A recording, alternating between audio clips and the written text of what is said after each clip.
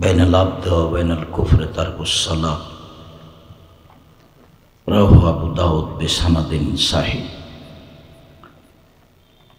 সম্মানিত দ্বীনি বৈঠকের মুসলিম ভাই ও বোন, প্রশংসা আল্লাহর জন্য, শান্তি অবতীর্ণ হোক আল্লাহর রাসূলের উপর সাল্লাল্লাহু আলাইহি ওয়াসাল্লাম। আজকের দ্বীনি বৈঠকে সংক্ষিপ্ত সময়ে বক্তব্যের বিষয় সালাত, নামাজ। সালাত সম্পর্কে গুরুত্বপূর্ণ সংক্ষিপ্ত তথ্যবহল বিবরণের চেষ্টা করব ইনশাআল্লাহুল আজিজ। প্রারম্ভের আলোচনা হবে সালাত আদায় করতেই হবে। তারপরের আলোচনা হবে সালাত কিভাবে আদায় করতে হবে। তারপরের আলোচনা হবে সালাত আদায় করে না যারা তারা কেমন, এবং সালাত আদায় করে কিন্তু রাসূলের পদ্ধতিতে করে না তারা কেমন। আমরা এই কয়েকটি ছোট্ট ছোট্ট বিষয়কে সামনে রেখে কথা বলবো ইনশাআল্লাহুল আজিজ। যারা এই ছেলেগুলো বাম দিকে দাঁড়িয়ে আছে, সামনে বসার জায়গা আছে, তোমাদেরকে এই জায়গা ছেড়ে দিতে হবে, সামনে আসতে হবে। যারা দোকানপাটে আছেন, এটা একটা খারাপ অভ্যাস, সব জায়গাতে গড়ে উঠেছে। অল্প সময়ের জন্য বক্তব্য, একে লক্ষ্য করে সারাদিন মেলার মতো দোকানপাট, পুরুষ নারী সেখানে গিয়ে সময় কাটাই। শরমবোধ, ইতস্তবোধ, লজ্জাবোধ তো মানুষের কাছে নেই, যার কারণে সহজেই এভাবে করতে পারে। তার কাছে একটু ভারীও লাগে না যে ওখানে কোরআন হাদিসের আলোচনা হয় আর আমরা দোকানে আড্ডা পিটি, এটা কেমনে হয়। রাসূল সাল্লাল্লাহু আলাইহি সাল্লাম যখন বললেন যে ঈমানের ৭০টি ভাগ আছে, তার সবচেয়ে বড় ভাগ হলো লা ইলাহা ইল্লাল্লাহ, আর সবচেয়ে ছোট ভাগ হলো ইমাতাতুল আদা আনিত তারিক, রাস্তা থেকে কষ্টদায়ক জিনিস সরিয়ে দেওয়া। হরতাল চিরদিনের জন্য হারাম, রাস্তাঘাট বন্ধ করা কাজ চিরদিনের জন্য হারাম। রাসূল সাল্লাল্লাহু আলাইহি সাল্লাম যখনই কোনো জায়গাতে রাস্তা নিয়ে গণ্ডগোল দেখেছেন, তখন তিনি ঘোষণা দিয়েছেন যা ছিল তার ডবল হবে। তাতে যদি বাড়িঘর ভেঙে দেওয়া লাগে সেটাও আদেশ। রাসূল সাল্লাল্লাহু আলাইহি সাল্লাম রাস্তার ব্যাপারে যত শক্ত সতর্ক, শরীয়তের কোনো অংশে তিনি এত শক্ত সতর্ক নন। একবার সাহাবীগণ বলছেন যে আমাদের তেমন কোনো জায়গা নেই বসার, তো আমরা রাস্তাতে বসতে চাচ্ছি। তখন আল্লাহ রাসূল বললেন, না, ইয়াকুমুত তারিকা, রাস্তায় বসা থেকে সাবধান, বসতে পাবা না। তখন সাহাবীগণ বলছেন যে কোনো পথই নাই, যে কি করা যায়। তো বললে তাহলে রাস্তায় নিরুপায় হয়ে যদি বসায় লাগে তাহলে কয়েকটা দায়িত্ব পালন করতে হবে। ১, চক্ষু নিচু রাখতে হবে। ২, মানুষ যদি রাস্তা ভুলে গিয়ে জানতে চায় যে কোন দিকে যাব, তাহলে সেটা বলে দিতে হবে। ৩, মানুষের সালামের উত্তর দিতে হবে। ৪, মানুষের চলাচলে যেন অসুবিধা না হয় সেটা লক্ষ্য করতে হবে। এসব শর্ত সাপেক্ষে তোমরা বসতে পারো অল্প সময়ের জন্য। রাস্তার ব্যাপারে রাসূল সাল্লাল্লাহু আলাইহি সাল্লাম খুব সতর্ক ও সাবধান। এখানে যারা মোবাইল আপনাদের চালু রাখা হবে না, দয়া করে বন্ধ রাখবেন। আমি আপনাকে নতুনভাবে কোনো কষ্ট দিতে চাইনি। আপনাদের আগে থেকে জানা আছে আমি আব্দুর রাজ্জাক বিন ইউসুফ। আমার জীবনে কোনো দিন আমার গতিবিধি স্বভাব থেকে আমি পরিবর্তন হইনি। আমার জীবনে আমি কোনো দিন মাযহাব নিয়ে কথা বলি না। আমার জীবনে আমি কোনোদিন মানুষের বদনাম করি না, আমার জীবনে আমি কোনোদিন মানুষের প্রতিশোধ নিই না, আমার জীবনে আমি কোনোদিন সরকারকে হিসাব করে কথা বলি না। ও নিয়ে আমার কোনো পাতা নাই, ওটা আমি ছেড়ে দিয়েছি। আমার জীবনে আমি কোনোদিন অপ্রয়োজনীয় কেচ্ছা কাহিনী বলি না। অতএব আপনাকে আমি অনুরোধ জানাই যে আপনি খুব ভদ্রতা বজায় রেখে কিছুক্ষণ সময়, অল্প সময় বসে থাকার চেষ্টা করুন। আমরা আমাদের আলোচনা তাড়াতাড়ি শেষ করে যাব, আমাদের পথ অনেক আছে। সম্মানিত দিনী ভাই বোন, বলছিলাম যে সবচেয়ে বড় ঈমান হলো, সবচেয়ে ছোট ঈমান হলো, কথা শেষ। তো আল্লাহ রসুল আর একটা বাক্যর মধ্যে ঢুকিয়ে দিলেন, ওয়ালা হায়া মিনাল ঈমান, লজ্জা ঈমানের অংশ। এটা তো দরকার ছিল না। সবচেয়ে বড়টা হলো, সবচেয়ে ছোটটাও হলো। এখন তো উনি 70-এরও অধিক সিরিয়াল দিচ্ছেন না, খালি বললেন সবচেয়ে বড় আর সবচেয়ে ছোট। তা আর একটা বলছেন কেন? আর একটা বলছেন এই জন্য যে এ দিয়ে মানুষ দুনিয়াবি যত সুবিধা ভোগ করতে পারবে আর যত অন্যায় থেকে বেঁচে থাকবে, আর কোনো ঈমানের শাখা দিয়ে বেঁচে থাকতে পারবে না। সেটার নাম হলো লজ্জা। তা আমরা এখানে কথা বলি দোকানে আড্ডা পিটে কেন? লজ্জা নাই সেই জন্য। আমরা এখানে কথা বলছি আর একজন মোবাইলে প্রেমের গল্প করছে কেন? লজ্জা নাই সেই জন্য। আমরা এখানে কথা বলছি কোরআন হাদিসের, আর একজন নিজেকে নিয়ে ব্যস্ত কেন? লজ্জা নাই সেই জন্য। লজ্জা, রাসূল সাল্লাল্লাহু আলাইহি ওয়াসাল্লাম বলছেন, ইন্নাল কালামা নবুয়াতি লুলা, সকল নবীর একটা বাক্য ছিল। আদম আলাইহিস সালাম বলতেন, ইব্রাহিম আলাইহিস সালামও বলেছেন, নূহ আলাইহিস সালামও বলেছেন, ঈসা মুসা সব নবী বলেছেন, আমাদের নবীও বলেছেন কি, এজালাম তাস্তাহি ফাসনামা সেইতা, যখন তুমি লজ্জা করবে না তখন তুমি সবই করতে পারো। লজ্জা আছে যার, কল্যাণ আছে তার। লজ্জা নেই যার, কল্যাণ নেই তার। লজ্জা আছে যার, ঈমান আছে তার।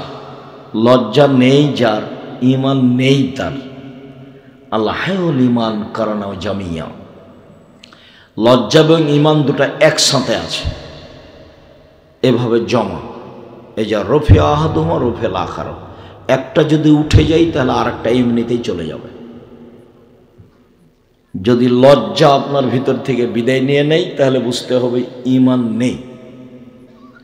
বলতে পারেন আপনি যে একটা মানুষ তাহাজ্জুদ পড়ে, হজ করে, উমরা করে, তারপরেও জেনা করে কি করে? তারপরেও মদ খায় কি করে? তারপরেও দোকানে বসে ঘন্টার ঘন্টা আড্ডা পিটে ল্যাংটা মেয়েকে দেখে, এটা হয় কি করে? ও তো হজ করেছে, ও তো তাহাজ্জুদ পড়ে, তো এটা হয় কি করে? মানে ঈমান কম।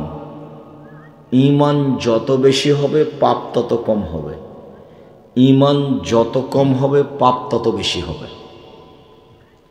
মানে পাপকে ঠেকানো যায় কি দিয়ে? ঈমান দিয়ে। তো একটা মেয়ে বোরকা পরে, 5 ওয়াক্ত সালাত আদায় করে,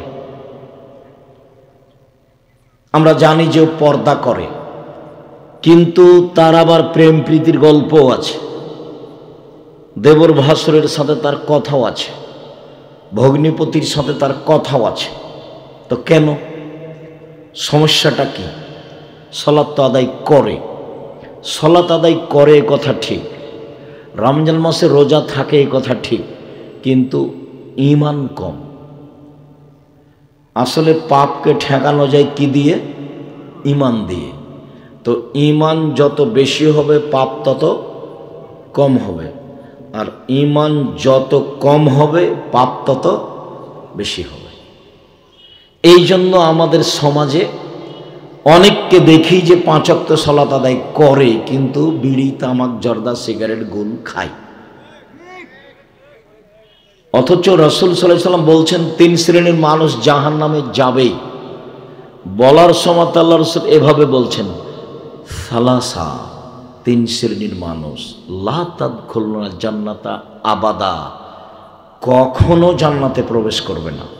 বলার গতিটা এইভাবে, কখনো জান্নাতে যাবে না। 1, মদমিনুল খামর, নিয়মিত বিড়ি, তামাক, জর্দা, সিগারেট, গুল, নেশাদার দ্রব্য খায়, পান করে, যে সে জান্নাতে যাবে না। 2, রাজলাত মিনান নিসায়ে, পুরুষের বেশধারী নারী যারা, জুতা স্যান্ডেল পরে পুরুষের, শার্ট প্যান্ট পরে পুরুষের। এই ছেলে, যে মোটর সাইকেলটা স্ট্রিট দিয়ে চলে গেল, তোমরা দেখলে না? যাও দেখো। এরপরে কেউ মোটর সাইকেল স্টার্ট দিলে এখান থেকে সরে গিয়ে দিবে, এটুকু তোমাদের ইতস্তবোধ হয় না? যাও দেখো, পাহারা দাও। খুব সতর্ক, সাবধান।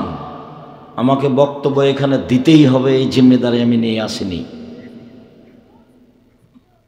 আর আপনি মনে করবেন না যে আমি টাকার বিনিময়ে এসেছি, এটা আপনার মাথায় থাকে না যেন।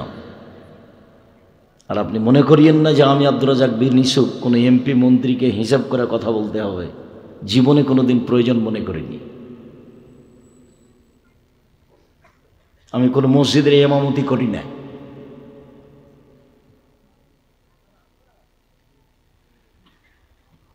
এক মিনিটের জন্য কাউকে হিসাব করে আমাকে ধর্মের কথা বলতে হবে, এরকম প্রয়োজন আমার জীবনে ঘটেনি, ভবিষ্যতে ঘটবে না ইনশাআল্লাহ। এটা আমার জোরালো আশা উপরে, ইনশাআল্লাহ।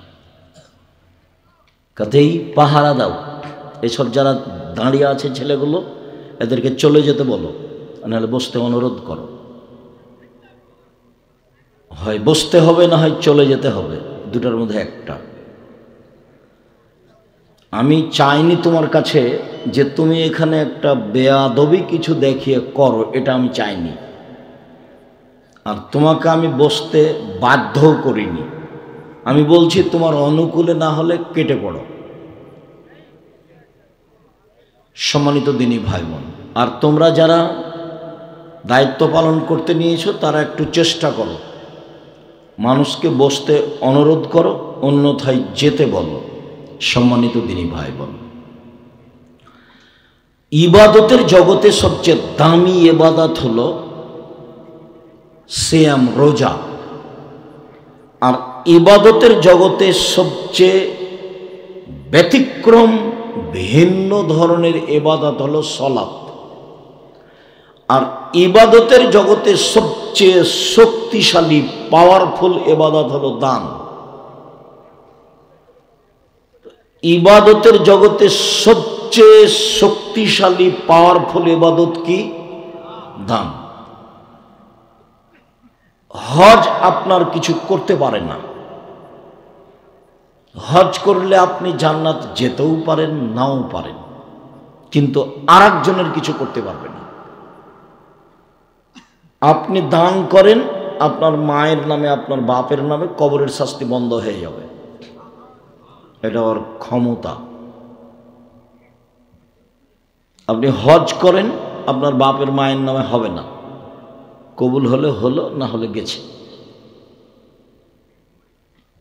কিছু করতে পারবে না। সালাত পারবে না, সিয়াম পারবে না, হজ পারবে না, পৃথিবীর কোনো ইবাদতই একটা থেকে আরেকটা ঘটাতে পারে না, দান ছাড়া। আল্লাহ রসুল বলছেন যে দান মানুষের পাপকে মিটিয়ে দেয়, পানি যেমন আগুনকে নিভিয়ে দেয়। আল্লাহ রসুল বললেন, মহিলারা শোনো, আমি তোমাদেরকে দেখি জাহান্নামী। জাহান্নামের অধিকাংশ মানুষই হচ্ছে নারী। মহিলারা শোনো, জাহান্নামের অধিকাংশ মানুষই হচ্ছে নারী। তোমরা জাহান্নাম থেকে বাঁচার জন্য একটা কাজ করো, দান করো। তাসাদ্দাকনা, তোমরা দান করো, জাহান্নাম থেকে বেঁচে যাওয়া। একটা লোক এসে বলছে, আল্লাহর নবী, আমার মা হঠাৎ করে মারা গেছেন, তো আমার মায়ের নামে দান করলে আমার মা নেকি পাবে কি? হ্যাঁ। আল্লাহর নবী, আমার আব্বা মারা গেছেন, জমি জায়গা অর্থ সম্পদ ছেড়ে গেছেন, আমাকে কিছু বলে যাননি, আমার বাপের নামে দান করলে আমার বাপের পাপ মিটে যাবে কি? কারণ নাম। আল্লাহ নবী বললেন, হ্যাঁ, দান করলে পাপ মিটে যাবে। হাদিস বুখারী মুসলিম। এমন কোনো ইবাদত নাই যেটা করতে পারে। এই জন্য ইবাদতের জগতে সবচেয়ে শক্তিশালী, ক্ষমতাধর, পাওয়ারফুল ইবাদত হলো দান। ইবাদতের জগতে এত শক্তি কোনো ইবাদত রাখে না। আর ইবাদতের জগতে সবচেয়ে দামি ইবাদত হলো সিয়াম, রোজা। এর বিনিময় হলো জান্নাত। সিয়াম থেকে নেকি হয় না, সিয়াম থেকে কি হয়? জান্নাত। আর বিনিময় জান্নাত। এই জন্য বৃহস্পতিবার, সোমবার সিয়াম থাকতে হবে, প্রতি মাসে 3 দিন সিয়াম থাকতে হবে, শাওয়ালের 6টা সিয়াম থাকতে হবে, মুহররমের 2টা সিয়াম থাকতে হবে, আরাফার 1টা সিয়াম থাকতে হবে, জুলহিজ্জার 1 তারিখ থেকে 9 তারিখ পর্যন্ত একটানা সিয়াম থাকতে হবে। আগামীকাল সিয়াম থাকবেন না? আগামী বৃহস্পতিবার অভ্যাসী নন নাকি? মরার পরে অভ্যাসী হবেন? এসব বুদ্ধি কেন? বাস সিয়াম অভ্যস্ত হবেন, রোজাতে অভ্যস্ত হবেন। বৃহস্পতিবার, সোমবার আল্লাহর নবী কেন সিয়াম থাকতেন? বৃহস্পতিবার, সোমবারে কি করা হয়? মানুষের পাপ নেকি আল্লাহর কাছে পেশ করা হয়। তো আমাদের নবী বলতেন যে আমার রিপোর্টটা দেওয়ার সময়তে আমার মনটা চাই যে তুমি দেখো আমি সিয়াম আছি, তুমি দেখো, তাই আমি বৃহস্পতিবার, সোমবার সিয়াম থাকি। এ কথা আল্লাহ নবী বলছেন। আপনারও তো একটু মন চাওয়া দরকার যে আমারও রিপোর্টটা আল্লাহ দেখুক, কোন অবস্থায়? সিয়াম অবস্থায়। একটা খুশির ব্যাপার। আর শাবান মাসে তিনি কেন বেশি বেশি সিয়াম থাকতেন? শাবান মাসে বাৎসরিক রিপোর্ট পেশ করা হয়। শাবান মাসে কি করা হয়? বাৎসরিক রিপোর্ট আল্লাহর কাছে পেশ করা হয়। কিন্তু নবীর জানা ছিল না সেদিন কোন দিন। কিভাবে আমরা ভারত, বাংলাদেশ, পাকিস্তানের আলেম ওলামা জেনে নিয়েছি সেদিন 15ই শাবান। তবে এটা আমাদের নবীর জানা ছিল না, যার জন্য কষ্ট করে একবারে 1 থেকে নিয়ে 15, 20, 25 পর্যন্ত সিয়াম থাকতেন। আয়েশা বলছেন যে প্রায় পুরো শাবানই থাকতেন।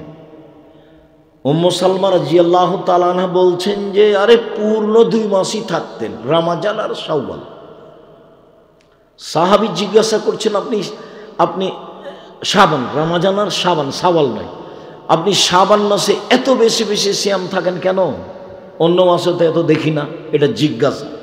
আচ্ছা আল্লাহর নবী, আপনি শাবান মাসে এত বেশি বেশি সিয়াম থাকেন কেন? অন্য মাসে তো দেখি না। তখন আল্লাহ রাসূল বলছেন, আরে শোনো, শাবান একটি মাস, রজব ও রমজানের মাঝে। শাবান একটি মাস, রজব ও রমজানের মাঝে। শাবান একটি মাস, রজব ও রমজানের মাঝে। মানুষ তাতে বেখিয়াল থাকে। এতে বাৎসরিক রিপোর্ট আল্লাহর কাছে পেশ করা হয়। আমার মনটা চাই যে আমার রিপোর্টটা আল্লাহ দেখুক সিয়াম অবস্থা। এই জন্য আমি বেশি বেশি সিয়াম থাকি। তার মানে উনি বুঝতে পারেননি সেদিন কোন দিন। তো বুঝতে পারলে তো একদিনই রাখতেন। যখন আমাদের দেশের লোকজন কোন দিন রাখে? 15ই শাবান। বাস, তারা জেনে নিয়েছে একদিন। তারা কিভাবে জেনেছে এরকম দলিল আমার কাছে নেই। আমি 88 আগস্টের 20 তারিখ থেকে শিক্ষক, 97 থেকে আমি ফতোয়া লিখি, 16 সাল থেকে আমি ফতোয়া বোর্ড পরিচালনা করি। মানে আমি মুখে মুফতি নই, আমি কলমে মুফতি নই, আমি বাস্তবায়ন করি ফতোয়া। 97 সাল থেকে লিখে আসছি। আর 16 সাল থেকে আমি ফতোয়া বোর্ড পরিচালনা করি। তার মধ্যে কালকে ছিল ফতোয়া বোর্ড। পত্রিকা হলো আল ইতেসাম, 50টা প্রশ্নের উত্তর আছে। বোর্ডে পাস হবে তারপরে আসবে। পত্রিকার নাম কি? আল ইতেসাম। ইতেসাম আরবি শব্দ, মানে শক্তভাবে ধরা কোরআন হাদিসকে। জামিয়া সালাফের পক্ষ থেকে একটা পত্রিকা বের হয় আল ইতেসাম। বাংলাদেশের মাটিতে ব্যতিক্রম পত্রিকা এইটা, যে ফতোয়া বোর্ডে পাস না হওয়া পর্যন্ত কোনো ফতোয়া এই পত্রিকায় আসবে না। আমি জীবনবাজি রেখে কোরআন এবং সহিহ হাদিসের খিদমত সেবা করে যাচ্ছি। এখন জাতিকে কতদূর আমি পৌঁছাতে পারলাম সেইটা আল্লাহ ভালো জানে। আমি জাতির কাছে কতটুকু দাঁড়াতে পারলাম। এক শ্রেণীর মানুষ তো আমি এখানে আসছি চেষ্টা করছে যে আব্দুর রাজ্জাক সাহেব এসেছে, না ওখানে কেউ যাবে না, ওখানে কেউ যাবে না, ওখানে কেউ যায় না বক্তব্য শুনতে, ধর্ম উল্টে যাবে। কেউ বলছে, আর কেউ বলছে না ওখানে যেতে হবে। তা যে যাই বলুক, আপনাকে আমি বলি একটা কথা, আল্লাহ তুমি মাফ করো, আমি অহংকারও করিনি, গৌরবও করিনি, আপনার বিশ্বস্ততার জন্য বলি, আমি 90 সাল থেকে নিয়ে এখন পর্যন্ত কোনোদিন অপ্রয়োজনীয় বাক্য বলিনি। আলহামদুলিল্লাহ, এটা আমার দৃঢ় বিশ্বাস। শ বক্তব্য আছেন, এটা আপনি দেখেন, দেখে আমাকে বলবেন যে আব্দুর রাজ্জাক সাহেব এই যে অপ্রয়োজনীয় ফালতু কথা বলছেন। আমি আপনার দাবিকে মেনে নেওয়ার চেষ্টা করব। সম্মানিত দিনী ভাই বোন, ইবাদতের জগতে সবচেয়ে দামি ইবাদত সিয়াম। তবে ইবাদতের জগতে সবচেয়ে ব্যতিক্রম ভিন্ন ধরনের বিরল ইবাদত হলো সালাত। এক অবাক ইবাদত। সালাত যখন নেই তখন দামি ইবাদত হজ, সবচেয়ে শক্তিশালী ইবাদত দান, ওটাও গেছে। সালাত যখন নেই সবচেয়ে দামি ইবাদত সিয়াম, ওটাও গেছে। সালাত যখন নেই তখন হজ কবুল হলে লোকটা হয়ে যায় সেই দিনের মতো যেদিন তার মা তাকে জন্ম দিয়েছে নিষ্পাপ, কিন্তু সালাত নেই, তখন ওটাও গেছে। তাহলে সালাত এমন একটা ইবাদত যার উপরে নির্ভর করে অন্যান্য ইবাদত। মনে থাকবে না, সালাত এমন একটি ইবাদত যার উপরে নির্ভর করে অন্যান্য ইবাদত। সালাত যদি থাকে, টিকে, কবুল হয়, সব ইবাদত থেকে যাবে, টিকে যাবে, কবুল হবে। ফকির একটা ভিক্ষা চাইলো, আমি 10টা টাকা দিলাম, নেকি হবেই, এটা আমি বিশ্বাস করি। আমি মুসলিম, আমি ধর্মকে বিশ্বাস করি। ফকিরকে আমি 10টা টাকা দিয়েছি, আমি এর নেকি পাবো পাবো পাবো পাবো ইনশাআল্লাহ। কিন্তু আমি সালাত আদায় করিনি, তখন এটা আল্লাহ কি করবেন? কেটে দেবেন। ক্রসরে এই অবাক ইবাদত। এই জন্য পৃথিবীতে সবচেয়ে ভিন্ন ধরনের ব্যতিক্রম বিরল ইবাদত হলো সালাত। এর মতো কোনো ইবাদত নাই। আর এ অবাক হবেন আপনি, কোন প্রকার আপোষ করে না, মানেই না। সব ইবাদত মানে, কিছু না কিছু সমস্যা মানে। যেমন এখনই বললাম সবচেয়ে দামি ইবাদত হলো সিয়াম। তা আপনি অসুস্থ, পরে করেন। আপনি সফরে আছেন, পরে করেন। এই যে সমস্যা মানে, সমস্যা কি করে? মানে। যাকাত ফরজ ইবাদত, দিতেই হবে। 1 মাস আগে দেন, সমস্যা নেই। 1 মাস পরে দেন, সমস্যা নেই, দেন, দিলেই হলো। হজ এবছর যাওয়া হচ্ছে না, তো সামনে বছর যান, যাবেন, বাস, হলেই হলো। কিন্তু সালাত এখনো অসুস্থ, কাল থেকে পড়িয়েন, হবে? জি। সালাত এক অবাক ইবাদত।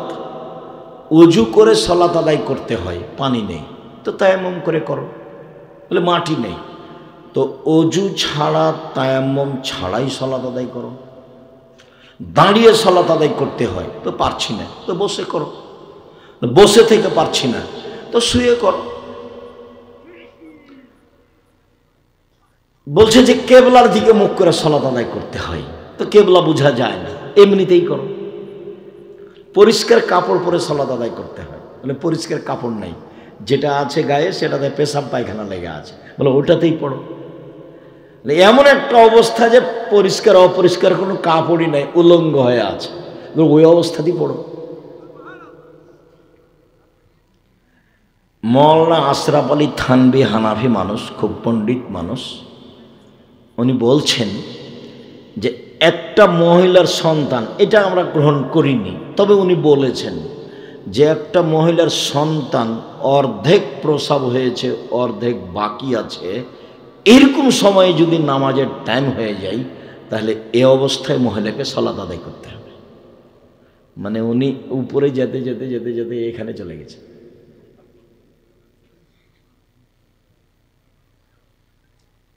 সন্তান প্রসাবের পানি ভাঙা বা রক্ত প্রসাব এরকম কিছু হলেই সালাত মাপ, এই সময় তাকে সালাত আদায় করতে হবে না। কিন্তু তিনি এর ভিতরে জোর দিতে দিতে দিতে এভাবে চলে গেছে, সালাত আদায় করতেই হবে যে কোনো মূল্যে। আল্লাহ বলেছেন ওয়াকিমুস সালাত লিযিকরি, পৃথিবীর মানুষ আমাকে ডাকার জন্য সালাত আদায় করো, আদেশ। আল্লাহ তাআলা বলেন ফাকিমুস সালাত ওয়া আতুজ যাকাত ওয়া আতাসিমু বিল্লাহ, সালাত আদায় করো, যাকাত প্রদান করো, আল্লাহকে শক্তভাবে ধরো, হুয়া মাওলাকুম, তিনি হচ্ছেন তোমাদের অভিভাবক, নেমাল মাওলা নেমান নাসির, তিনি হচ্ছেন উত্তম অভিভাবক উত্তম সাহায্যকারী। পৃথিবীর মানুষ তোমরা সালাত আদায় করো, এটা আদেশ। রাসূল সাল্লাল্লাহু আলাইহি ওয়াসাল্লাম বলছেন যে ইসলাম নির্ভর করে 5টা জিনিসের উপরে, 5টা। এক হলো আমি সাক্ষ্য দিচ্ছি আল্লাহ ছাড়া কোনো মাবুদ নেই, আমি সাক্ষ্য দিচ্ছি মুহাম্মদ আল্লাহর রাসূল। এই সারমর্ম আবার ভারত বাংলাদেশ পাকিস্তানের লোক বুঝে না। আমি সাক্ষ্য দিচ্ছি আল্লাহ ছাড়া কোনো মাবুদ নেই, এর মানে কি জানেন? বলতে পারেন কেউ? আমি সাক্ষ্য দিচ্ছি আল্লাহ ছাড়া কোনো মাবুদ নেই, এর মানে কি? এর মানে হলো শিরক করা যাবে না। কবরে মাথা নত করেছে যে তার এটা কেটে গেছে,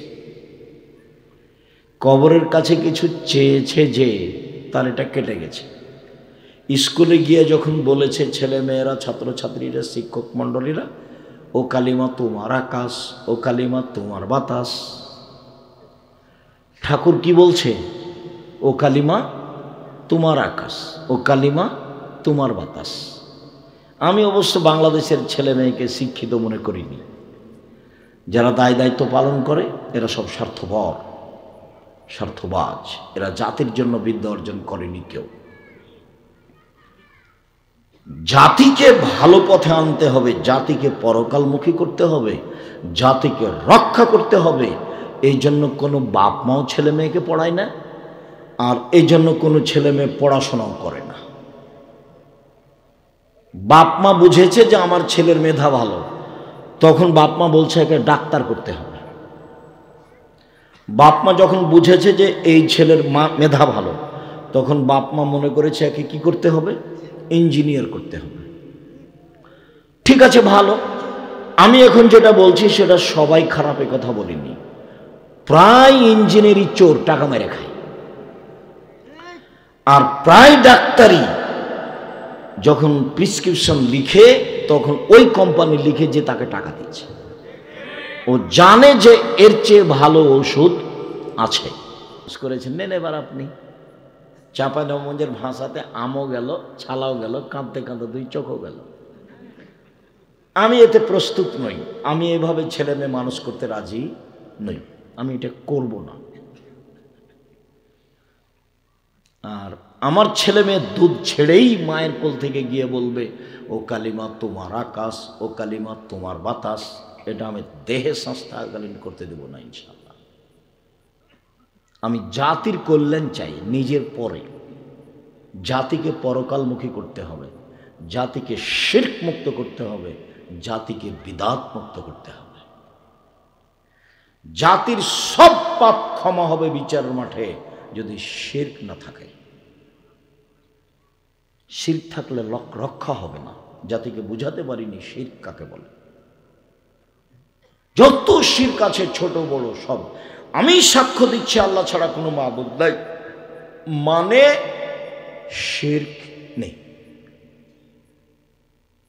কত শিরক আছে, এটা তো ঝিনাইদহ বৃহত্তর জেলার কোন জেলার অন্তর্ভুক্ত? যশোর।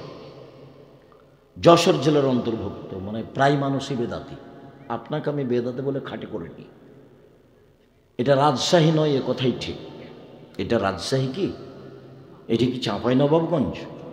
না, এইটা ফরিদপুরের কাছাকাছি, এটা নোয়াখালীর কাছাকাছি।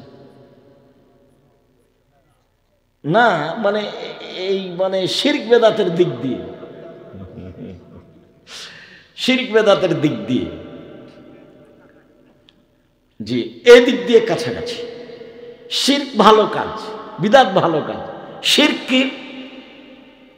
গাড়ি ছুটেছে ঝিনাইদহ থেকে যাবে রাজশাহী বা ঢাকা, তো ড্রাইভার বারবার কন্ডাক্টরকে বলছে যে তুমি কবরে 10টা টাকা দাও, কবরে 10টা টাকা দাও, মাজারে 10টা টাকা দাও। কেন? ড্রাইভার ভাবছে যে মাজারে 10টা টাকা দিলে আমার গাড়িটা অ্যাক্সিডেন্ট হবে না, বা গাড়ির পিছনে জুতা বেঁধে দেওয়া আছে, স্যান্ডেল। প্রত্যেক ভালো কাজ তার ধারণায় যখন আল্লাহকে অপমান করা হবে তখন হবে শিরক। যে কোনো দিবস, 16 ডিসেম্বর 26শে মার্চ বলে নয়, যে কোনো দিবসকে আপনি দান দিলেন কেন? ওতে কি আছে?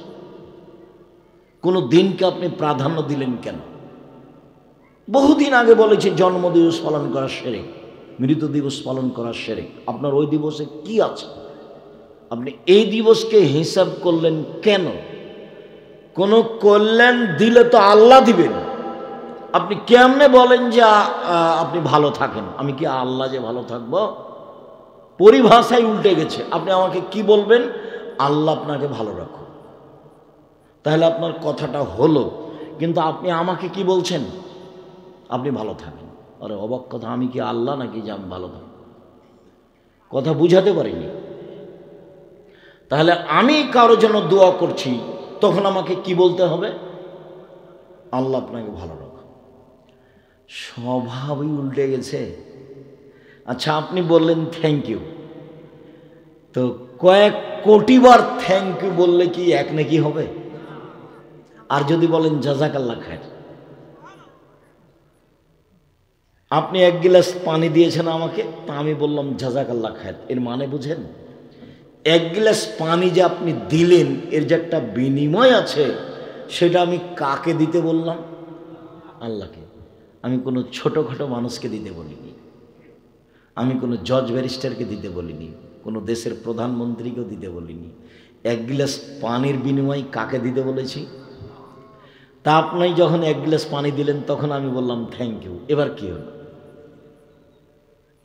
তাহলে মানুষ কি শিখেছে আর কি শিখলো?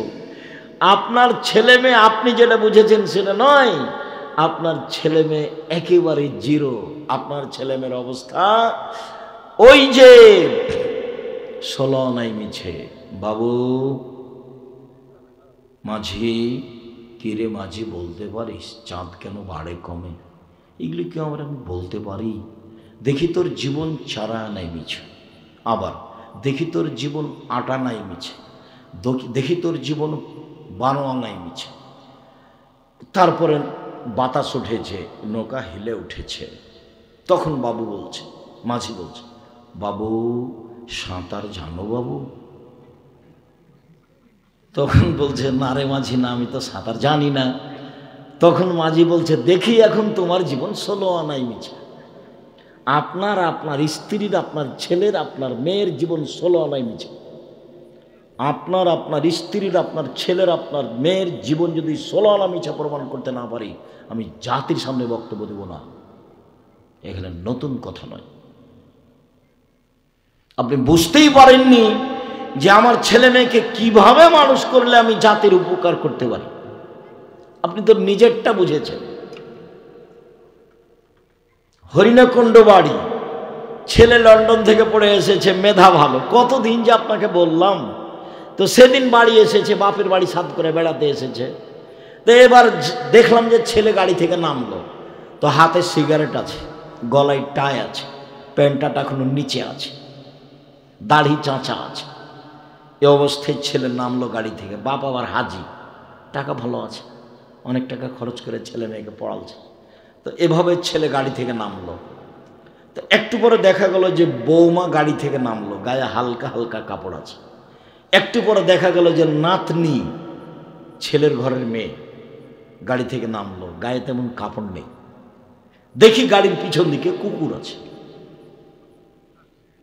আপনি বলেন আপনার পয়সাটা এতদিন যে খরচ করলেন সেটার ফলাফল কি?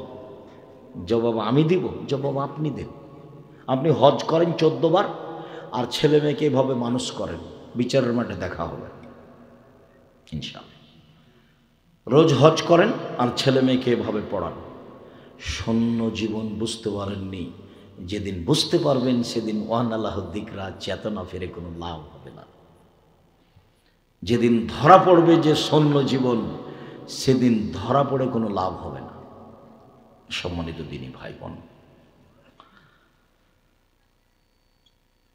যে কোনো মূল্যে সালাত আদায় করতে হবে, নবী আদেশ করেছেন। ছেলে মেয়ের ব্যাপারে বলেছেন, মৌরু আওলাদাকুম বিসসালাতি ওয়া সাবিসিনা, তোমরা তোমাদের ছেলে মেয়েকে সালাত আদায় করতে বলো যখন তার বয়স 7 বছর। অজরুবুহুম আলাইহিম আবনা আশরিনা, পিটিয়ে সালাত আদায় করে যখন তার বয়স 10 বছর। 15 বছর বয়সে সালাত আদায় করে না ছেলে মেয়ে, তখনও বাপ বেঁচে আছে, কথা মিথ্যা। 15 বছর বয়সে ছেলে মেয়ে নামাজ পড়ে না, তখনও বাপ বেঁচে আছে, এটা ঠিক নয়। ওই বাপকে আমি গ্রহণ করিনি। তখন বলেছে, এই ছেলে, এই মেয়ে, তুমি তোমার বাপকে চাচা বলে ডাকিও, কেননা তোমার বাপের আয়ত্তের বাইরে তোমরা। তোমার বাপ কেমন বাপ তা আমার বুঝের বাইরে। জন্ম দিতে পারলে বাপ হওয়া যায় না, ক্ষমতার নাম বাপ।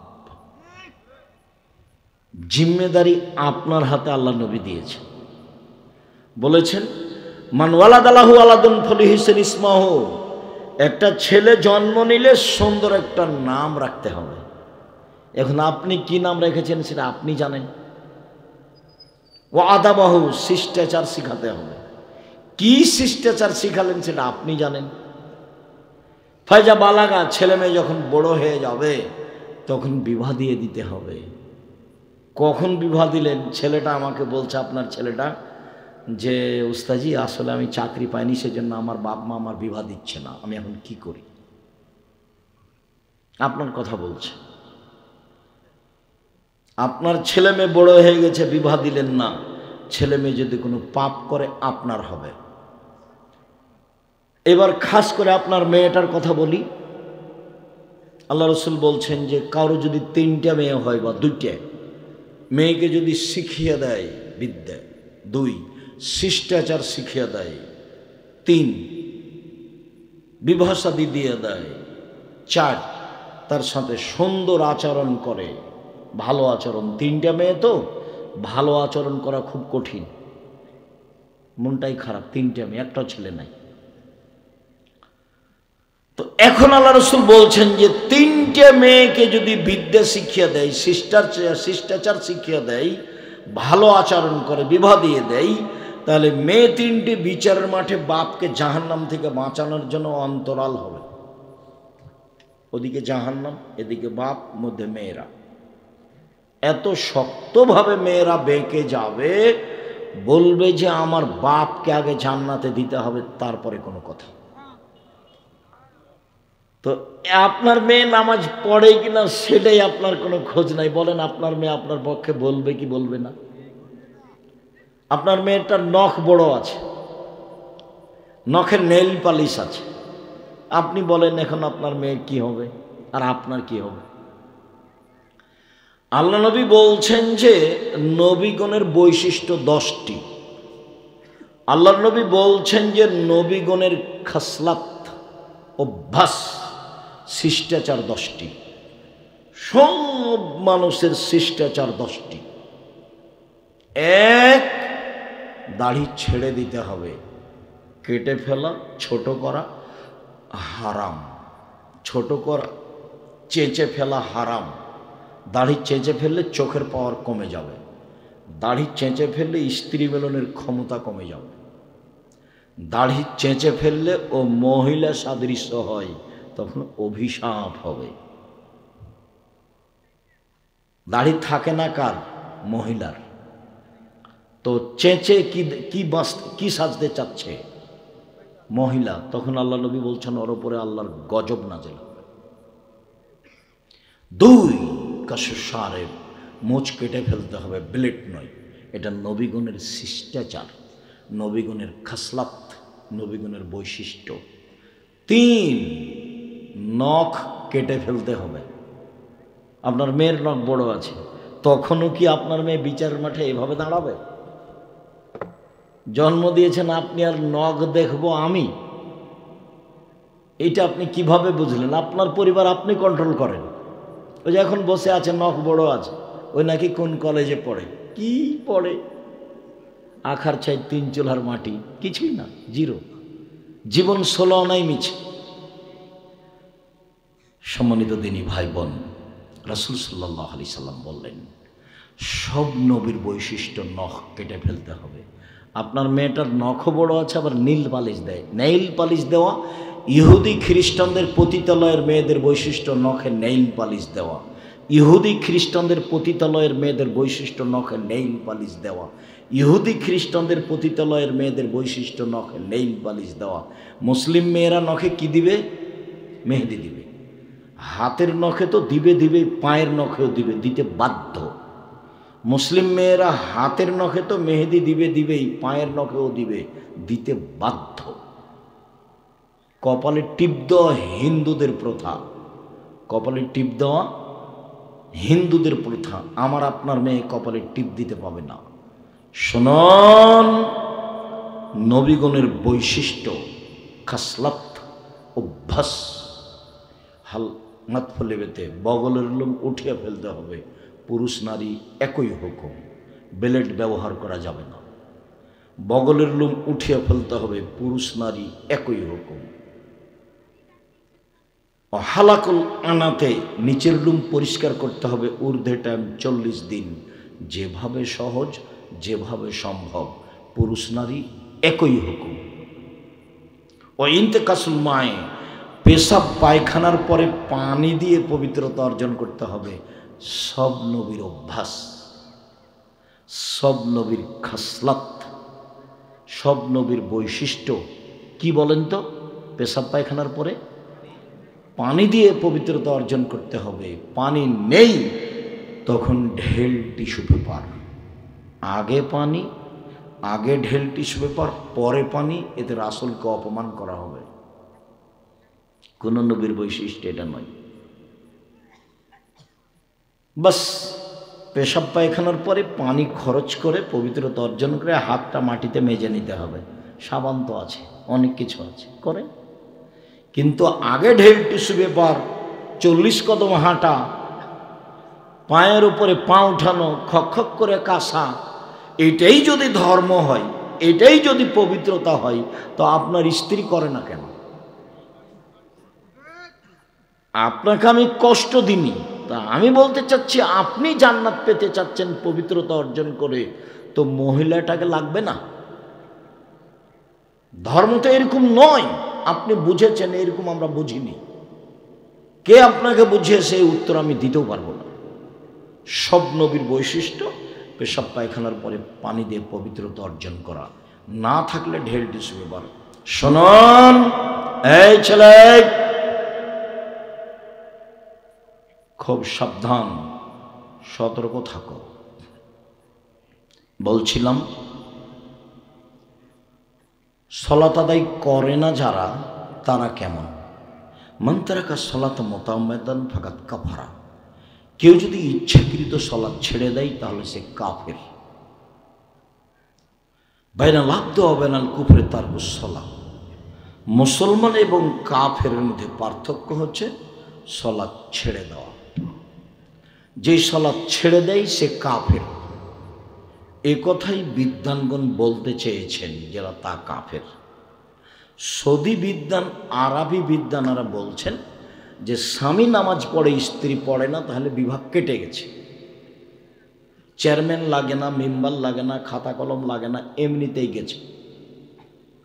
আরও বলছেন যে বেনামাজে যদি মারা যায় তাহলে ওর কবর মুসলমানের কবর স্থানে হবে না, ওকে শ্মশান ঘাটে ফেলে দিতে হবে হিন্দুদের। কথা বুঝাতে পারিনি?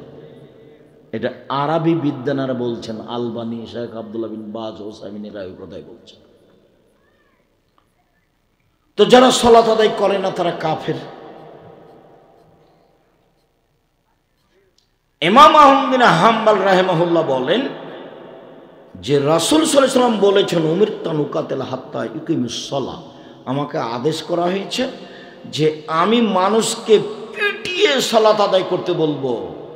যদি করে তাহলে ও নিরাপদে, তার অর্থ সম্পদ নিরাপদে। যদি না করে তাহলে তার অর্থ সম্পদ লুটে নেওয়া যায়। বুখারী মুসলিমের এই হাদিস দিয়ে ইমাম আহমদ ইবনে হাম্বল রাহিমাহুল্লাহ বলেছেন, নামাজ পড়ে না যে তাকে কুরবানি করতে হবে। ইমাম আবু হানিফা রাহিমাহুল্লাহ বলেছেন, নামাজ পড়ে না যা তাকে জেলখানায় বন্দি করে পিটাতে হবে। আমরা বলছি নামাজ পড়ে না যে সে মহাপাপী, তাকে যে কোনো মূল্যে পড়ানোর চেষ্টা করতে হবে। শুনুন, সালাত আদায় করলো কিন্তু রাসূলের পদ্ধতিতে করলো না। সালাত আদায় করলো কিন্তু রাসূল সাল্লাল্লাহু আলাইহি ওয়াসাল্লামের পদ্ধতিতে করলো না। তখন আল্লাহ তাআলা বলছেন, ফাওয়াইলুল লিল মুসাল্লিন আল্লাযীনা হুম সালাতিহিম সাহুন, যারা ঠিকঠাক করে ভালো করে সালাত আদায় করে না ওরা জাহান্নামে যাবে।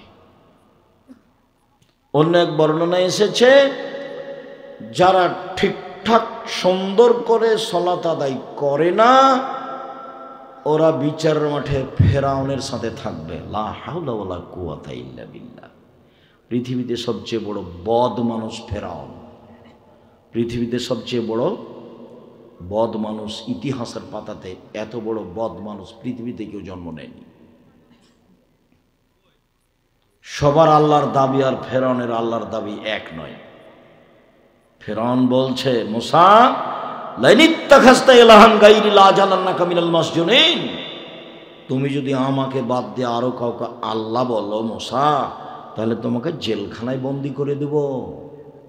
ফেরাউন বলছে, মা আলিমতু লাকুম মিন ইলাহিন গায়রি, মুসা আমি ব্যতীত তোমাদের কেউ আল্লাহ আছে এই কথা আমি জানি না। ফেরাউন বলছে, মুসা আনা রাব্বুকুমুল আলা, আমি হচ্ছে তোমাদের সবচেয়ে বড় আল্লাহ। এগুলো ফেরাউনের কথা। আমি ঠিক মতো সালাত আদায় করিনি, আমার সালাতটা ঠিকঠাক হয়নি, তখন আমার বিচারের মাঠ কার সাথে হচ্ছে? ফেরাউনের সাথে। অথচ আমি সালাত আদায় করেছি। দুঃখিত, কিছু করার নেই। সম্মানিত দিনী ভাই বোন, এই ছেলেরা খুব সতর্ক, সাবধান থাকো। কোনো মানুষ যেন রাস্তায় চলাচল না করে, বিষয়টি ভালোভাবে দেখবা। চলেন একটু সালাত দেখাই। রাসূল সাল্লাল্লাহু আলাইহি ওয়াসাল্লাম বলেন, সাল্লু কামা রাআইতুমুনি উসাল্লি, পৃথিবীর মানুষ সালাত আদায় করো যেভাবে আমাকে সালাত আদায় করতে দেখছো। আবার বুঝেন, হাদিস বুখারী মুসলিম। পৃথিবীর মানুষ তোমরা সালাত আদায় করো যেভাবে আমাকে দেখছো। তা আল্লাহ নবী কি এখন বেঁচে আছেন? তো কিভাবে দেখবেন? তা আমি একটা পরামর্শ দিই। সবচেয়ে সঠিক গ্রন্থ দেখেন আপনার সালাতটা ঠিক করার জন্য, সেটা হলো বুখারী। দেখেন, বাংলা পাওয়া যাবে।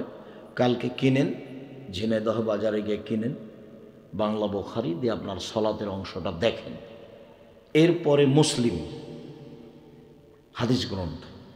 আর একটু নিচে নেমে বলি, একটা সঠিক হাদিসের বই পাওয়া যায়, হাদিসের গ্রন্থ, তার নাম রিয়াজুস সলেহিন। নাম শুনেছেন কেউ? রিয়াজুস সলেহিন।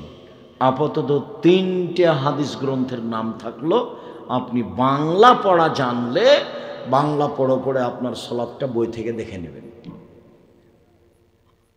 আর শেষে থাকলো, আমি বলি না যে আমারটাই পড়তে হবে, এই কথা আমি বলি না, তবে সলাৎটা রাসূলের জন্য হুবাহু মিল খায় রাসূলের সাথে, এ ব্যাপারে আমি চেষ্টা করেছি।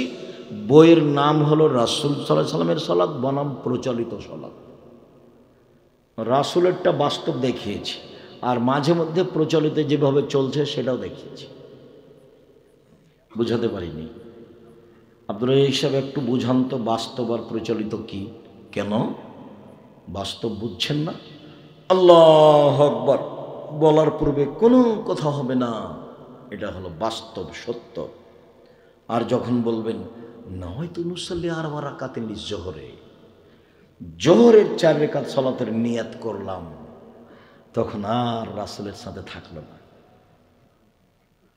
সুন্দর করে ওযু করবেন, ওযু শেষে বলবেন আশহাদু আল্লা ইলাহা ইল্লাল্লাহু ওয়াহদাহু লা শারীকা লাহু ওয়া আশহাদু আন্না মুহাম্মাদান আবদুহু ওয়া রাসূলুহু।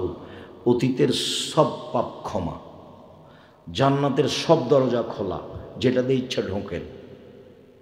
সুন্দর করে ওযু করার পরে কি বলতে হবে? আশহাদু আল্লা ইলাহা ইল্লাল্লাহু ওয়াহদাহু লা শারীকা লাহু ওয়া আশহাদু আন্না মুহাম্মাদান আবদুহু ওয়া রাসূলুহু। জান্নাতের সব দরজা খোলা। হাদিস বুখারী মুসলিম। তো বাস্তব সলাৎ একরকম আর প্রচলিত সলাৎ একরকম।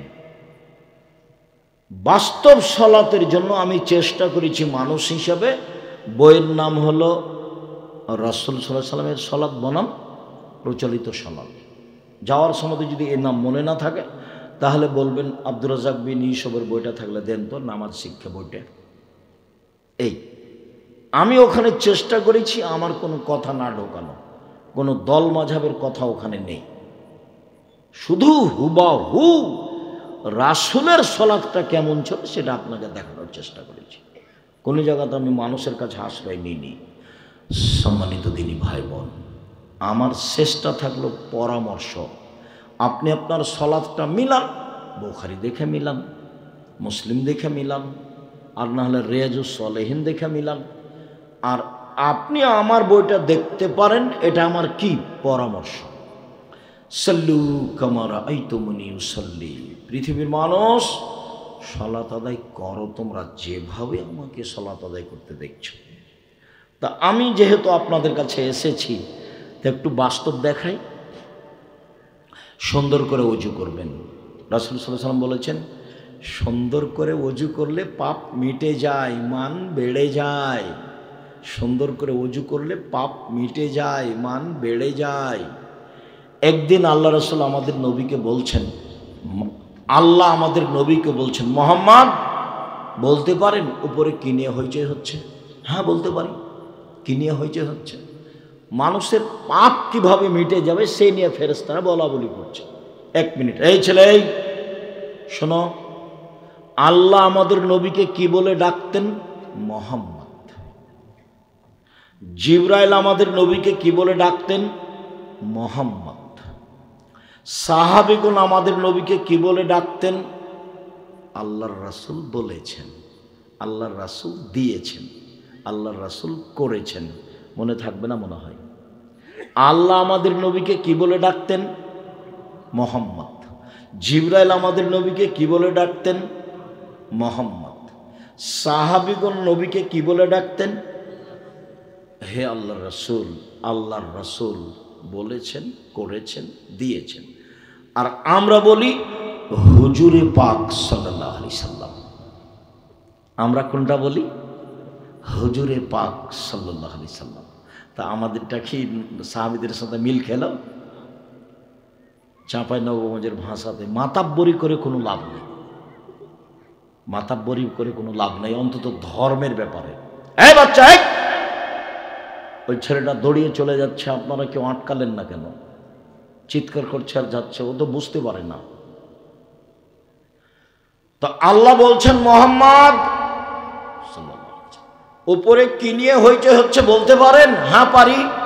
কি নিয়ে? আদমের ছেলেমেয়ের পাপ মিটে যাবে কিসে, সেটা নিয়ে। কি করলে? এক, সুন্দর করে ওযু করলে পাপ মিটে যাবে, মান বেড়ে যাবে। দুই, পায়ে হেঁটে মসজিদে গেলে পাপ মিটে যাবে, মান বেড়ে যাবে। তিন, সলাতের পরে, নামাজের পরে মসজিদে বসে বসে জিকির আজকার করলে পাপ মিটে যাবে, মান বেড়ে যাবে। কেউ যদি সুন্দর করে ওযু করে, পায়ে হেঁটে মসজিদে যায়, সলাতের পরে বসে একটু তাসবিহ তাহলিল করে, তো তার মরে যাওয়া ভালো, তার বেঁচে থাকা ভালো। তার মরে যাওয়া ভালো, তার বেঁচে থাকা ভালো। তার মরে যাওয়া ভালো, তার বেঁচে থাকা ভালো। তারপর আল্লাহ রাসূল বলছেন, লোকটা হয়ে যায় সেই দিনের মতো যেদিন তার মা তাকে জন্ম দিয়েছে, নিষ্পাপ হয়ে যায়। লোকটা হয়ে যায় সেই দিনের মতো যেদিন তার মা তাকে জন্ম দিয়েছে, নিষ্পাপ হয়ে যায়। মনে থাকবে না কি করলে নিষ্পাপ হয়? এক, সুন্দর করে ওযু। দুই, পায়ে হেঁটে মসজিদ। তিন, সলাতের উপরে জিকির। আমাদের এই ছেলেগুলো মসজিদে পরে যায়, সালাম ফেরার পরই লাফ দিয়ে দাঁড়িয়ে গেছে। ওমর রাদিয়াল্লাহু তাআলা বেঁচে থাকলে তোমার ঘাট ধরে বসে দিত একবার। তুমি তো ধর্ম বুঝোনি, তোমার বাপ তোমাকে বুঝতেও দেয়নি। তোমার বাপ বুঝেছে আমার ছেলের মেধা ভালো, গোল্ডেন পেয়েছে, ছেলেকে ডাক্তার বানাতে হবে। তোমার মাও বলছে তাই, তোমার বাপও বলছে তাই, তোমার খালা বলছে বনি ছেলেটার প্রতি লক্ষ্য রাখিস, বনি ছেলেটাকে বড় ডাক্তার করতে হবে, খালা বলছে। ফুফু বলছে যে আব্বু আসো, ফুফুর এটা বাপ, ফুফুর এটা বাপ। আমি আমার ফুফু আমাকে খুব ভালোবাসতেন, তখন আমি আমার ফুফুকে বলতাম আপনার বাপ যে জিম্মেদারি পালন করেছে, আমি আপনার তার চেয়ে বেশি জিম্মেদারি পালন না করতে পারলে আমি আপনার ভাতিজা নই। আমি জীবন বাজি রেখে আপনার যে কোনো সেবায় প্রস্তুত থাকবো ইনশাআল্লাহ। আমি হায়াতে বেঁচে থাকলে আপনার মরার পরে যাবতীয় দায় দায়িত্ব পালন করবো ইনশাআল্লাহ। সব করেছি আলহামদুলিল্লাহ। আমার ফুফু আমাকে বাপ বলে ডাকতেন। ঠিক আছে, তাই হলো। এখন তোমাদেরও ফুফু আছে, তোমাদের ফুফু এখন তোমাদের কি বলে আমার ধারণা ভালো, আমার ধারণা ভালো। তোমার ফুফু তোমাকে আদর করে, যত্ন করে, স্নেহ করে, খেতে দেয়। আমরা নদীর ঘাটে আমার ফুফুর বাড়ি ছিল, তা আমি সরাসরি ঘাটে চলে গেছি। যদি আমার ফুফু জানতে পেরেছে, তা আমার ফুফু তাড়াহুড়া করে কাপড় গায়ে দিয়ে নদীর ঘাটে চলে গেছে, গুজর ঘাট নদীর ঘাটে। আব্দুর রাজ্জাক এসেছিলো, আব্দুর রাজ্জাক এসেছিলো, তোমরা একটু দেখেছো কোথায় আছে ছেলেটা, চলে গেল নাকি চলে গেল। এভাবে আমার ফুফু আমাকে খুঁজে বেড়াতে। সম্মানিত দিনী ভাই বোন, আপনারা সবাই মিলে আপনাকে ভুল বুঝেছে, তোমার বাপ মা তোমাকে ভুল বুঝেছে। তুমি জাতির কল্যাণ আনতে পারবা না। কল্যাণই বুঝো না তুমি, কল্যাণ কি জিনিস? তুমি গোল্ডেন পেয়েছো, সেই জন্য তোমার বাপ মা পাগলি হয়েছে, পাগল হয়েছে। অথচ তুমি কেবলাও বুঝো না, পশ্চিমও চিনো না, পেশাব পায়খানাও চিনো না। তোমার হাতে বড় মোবাইল আছে, তুমি ল্যাংটা মেয়ে দেখো। তো কোনটা করলে তুমি? তুমি যদি বড় ডাক্তার হয়েও যাও তাহলে ব্যতিক্রম, আমি বলছি না, ব্যতিক্রম থাকতেই পারে। তুমি তো যে কোম্পানি তোমাকে টাকা দেবে তারই লিখবা, এটা স্বাভাবিক। টাকার কাছে মানুষ নত। সম্মানিত তিনি ভাই বোন, বলছিলাম রাসূল সাল্লাল্লাহু আলাইহি সাল্লামের পদ্ধতিতে সালাত আদায় করেন সুন্দর করে ওযু। পেশাব পায়খানার কাজ থাকলে আগে সেরে নেন। ঢুকবেন পেশাব পায়খানায়, তখন বলবেন আল্লাহুম্মা ইন্নী আউযু বিকা মিনাল খুবুসি ওয়াল খাবাইস। শয়তান দেখতে পাবে, ক্ষতি করতে পারবে না। আর যদি বলেন বিসমিল্লাহ আল্লাহুম্মা ইন্নী আউযু বিকা মিনাল খুবুসি ওয়াল খাবাইস, আল্লাহর নামে পেশাব পায়খানা করে ওযু, বিসমিল্লাহ বলে। ওযুর মাঝে মধ্যে দোয়া নেই। ওযু শেষ হয়ে গেছে, আশহাদু আল্লা ইলাহা ইল্লাল্লাহু ওয়াহদাহু লা শারীকা লাহু ওয়া আশহাদু আন্না মুহাম্মাদান আবদুহু ওয়া রাসূলুহু। তারপর সালাতে দাঁড়াতে হবে, আল্লাহু আকবার, বিসমিল্লাহ বলা যাবে না। আল্লাহ আকবরের এত পাওয়ার যে আল্লাহ আকবরের পূর্বে কোনো শব্দ চলে না। আল্লাহ আকবর নামাই তো চলে না, বিসমিল্লাহ চলে না, পরিকল্পনা চলে না, কোনো কিছু চলে না। আল্লাহ আকবর এত পাওয়ারফুল শব্দ। আল্লাহ আকবর। হাত দুটি কাঁধ সামনাসামনি হবে অথবা কানের লতি সামনাসামনি হবে। আল্লাহ আকবর চলবে না, আল্লাহ আকবর চলবে না, আল্লাহ আকবর চলবে না, আল্লাহ আকবর চলবে না, আল্লাহ আকবর চলবে না, আল্লাহ আকবর চলবে না, আল্লাহ আকবর। বুঝাতে পারি না মনে হয়। ডান হাতের কবজি বাম হাতের কবজির উপরে রাখেন, বাহুর উপরে বাহু রাখা যায়। নাভির নিচে রাখেন, বর্ণনা ঠিক নয়। বুকের উপরে রাখেন, 5টা বর্ণনা 5টাই ঠিক। বুকের উপরে রেখে এবার দোয়া পড়েন, আল্লাহুম্মা বাঈদ বাইনি ওয়া বাইনা খাতায়ায়া কামা বা'আদতা বাইনাল মাশরিকি ওয়াল মাগরিব, আল্লাহুম্মা নাক্কিনি মিনাল খাতায়া কামা ইয়ানক্কা সাওবুল আবয়াদ মিনাত দানাস, আল্লাহুম্মা আগসিল খাতায়ায়া বিল মাই ওয়াস সালজি ওয়াল বারাদ। হে আল্লাহ, আমাকে আর আমার পাপকে অত দূরত্বে রাখো, পূর্ব থেকে পশ্চিম যত দূরে, এমনভাবে পাপকে আমার দূরে করে দাও, লক্ষ লক্ষ মাইল দূরে যেন পাপ থাকে আর আমি যেন এদিকে থাকি। হে আল্লাহ, আমার পাপকে ধুয়ে পরিষ্কার করে দাও, যেমনভাবে সাদা কাপড়কে ময়লা থেকে ধুয়ে পরিষ্কার করা হয়। হে আল্লাহ, তুমি আমার পাপকে ঠান্ডা পানি দিয়ে, বরফ দিয়ে, তুষার দিয়ে ধুইয়ে আমাকে ঝকঝকে করে দাও। বুখারী মুসলিম। আউযু বিল্লাহি মিনাশ শাইতানির রাজিম। মারদুদ বিতাড়িত শয়তান থেকে পরিত্রাণ চাচ্ছি। বিসমিল্লাহির রহমানির রহিম। পরম দাতা দয়ালু নামে আরম্ভ করছি। আলহামদুলিল্লাহি রাব্বিল আলামিন। বিশ্বজগতের প্রতিপালকের প্রশংসা। আর রহমানুর রাহিম, তিনি হচ্ছেন পরম দাতা দয়ালু। মালিক ইয়াউমিদ্দিন, তিনি হচ্ছেন বিচার দিনের মালিক। ইয়াকা না'বুদু, একমাত্র তোমার ইবাদত করি। ওয়া ইয়াকা নাস্তাইন, একমাত্র তোমার কাছে সাহায্য চাই। ইহদিনাস সিরাতাল মুস্তাকিম, তুমি আমার একটা কথা শোনো, তুমি আমাকে সঠিক পথ দেখাও। ওরা বলে এই দলে আসো, ওরা বলে এই দলে আসো, ওরা বলে এই মাঝাবে আসো, আমি কোন পথে যাই? তুমি আমাকে সহজ সরল সঠিক পথ দেখাও। সিরাতাল লাযীনা আন'আমতা আলাইহিম, ওদের পথ দেখাও যাদের ভালোবেসেছো, যারা ভালোবেসেছো তাদের দেখাও। গায়রিল মাগদুবি আলাইহিম ওয়ালাদ-দাল্লিন, ওদের পথ দেখায়ও না যাদের খারাপ বেসেছো, যারা পথভ্রষ্ট অভিশপ্ত, ওদের পথ দেখাবে না, ভালোটা দেখাও। আমিন। দীর্ঘ সময় ধরে তোমার দরবার যে প্রার্থনা করলাম, এটা তুমি কবুল করো। শুধুমাত্র কতটি সূরা আছে কোরআন মাজিদে? 114টি। তার একটা সূরাতে আমিন আছে, সেটা এইটা। আর সবাকি বলতে হবে। ব্যতিক্রম দোয়া পৃথিবীতে। একসাথে অনেকগুলি কথা আছে, যদিও একটাই কথা আছে সূরা ফাতিহাতে। অনেক প্রশংসা করলাম, বিশ্বজগতের প্রতিপালকের প্রশংসা। পরমদাতা দয়ালু তিনি, বিচার দিনের মালিক তিনি। একমাত্র তোমারই ইবাদত করি, একমাত্র তোমার কাছে সাহায্য চাই। পীরের কাছে যায় না, কবরের কাছে যায় না, কোনো পীর ধরি না, একমাত্র তোমার কাছে সাহায্য চাই।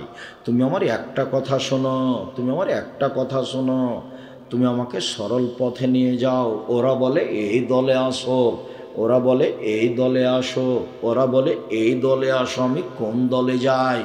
তুমি আমাকে সরল সহজ সোজা পথ দেখাও। ওদের পথ দেখাও যাদের ভালোবেসেছ, ওদের পথ দেখাবো না যাদের খারাপ বেসেছ। আমিন, কবুল করো। এ হলো সূরা ফাতিহা। বিসমিল্লাহির রহমানির রহিম। পরম দাতা দয়ালু নামে আরম্ভ করছি। কুল হুয়াল্লাহু আহাদ, আল্লাহুস সামাদ, লাম ইয়ালিদ ওয়া লাম ইউলাদ ওয়া লাম ইয়াকুল লাহু কুফুয়ান আহাদ। হে নবী, আপনি বলুন, আল্লাহ একক, নিরপেক্ষ, মুখাপেক্ষীহীন। তিনি কাউকে জন্ম দেননি, কারো থেকে জন্ম নেননি, তার সমকক্ষ কেউ নেই। আল্লাহু আকবার। হাত খুলে পর্যন্ত উঠাবেন। ওইভাবে। তারপরে রুকুতে যাবেন। রুকুতে যাওয়ার পূর্বে জরুরি কয়েকটা কথা, হাত দুটি একবারে সোজা হয়ে থাকবে, টান টান, আঙ্গুলগুলি খোলা খোলা থাকবে, হাঁটু ভালো করে চেপে ধরে থাকবেন, কোমর থেকে সামনের ওজন হাতের উপরে থাকবে, মাথা উঁচুও হবে না নিচেও হবে না, একাধিক সহিহ হাদিস।